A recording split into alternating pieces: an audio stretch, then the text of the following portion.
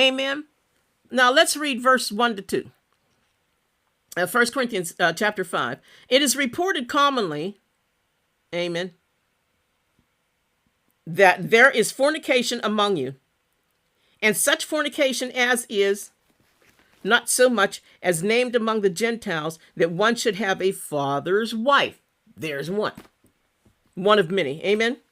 And ye are puffed up and have not rather mourned impenitence. Amen. That he had done this deed might be taken away from among you. Amen. When someone does this, for instance, he's using this as an example, fornication, lasciviousness, bringing reproach, can bring reproach to your congregation, to your ministry. A man has his father's wife. Amen. Open, scandalous sexual sin. There are so many sexual sins going around in the church nowadays, between the preachers and the congregation and each other, and it's terrible. How do you think Jesus feels when he sees this mess? We have to get over lust. We should be delivered. Jesus delivered us of all this stuff, and the church is still going through it. Being tempted with all this stuff, it's going to happen. But you should be getting over and teaching other people how to get over it. Amen. And he says, not even among the pagans. The pagans didn't even have this problem as bad as the church did. Amen. And it reminds me of, history repeats itself. This reminds me of the National Enquirer days. Anybody remember the National Enquirer and all those other rags we used to read? There was always some kind of scandal going on. The church should have a church inquirer. Boy, that would make $1 billion a month. Amen. The church is being arrogant instead of mourning what is going on in their church.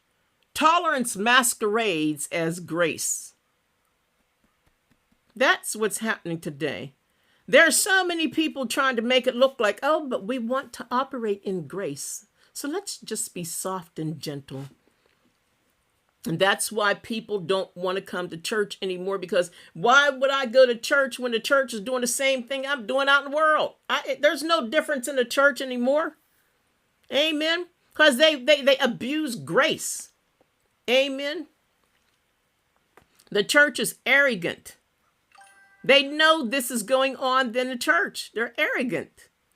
Well, they say, well, that's their business. Amen. And how many people have you guys heard, not my circus, not my monkeys? There's a friend of mine used to say that all the time. She said, not my circus, not my monkeys, And you can understand what people mean by that. Amen. But we are supposed to pray. There's no prayer, what happened to intercession?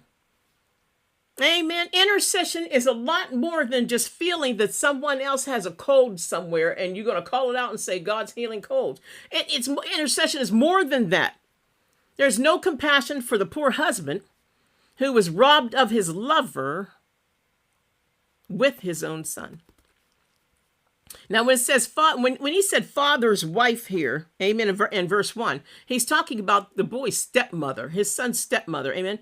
In 1 Corinthians 5:1, Paul saying a man in the Corinthian church was in a sexual relationship with a woman married to his father.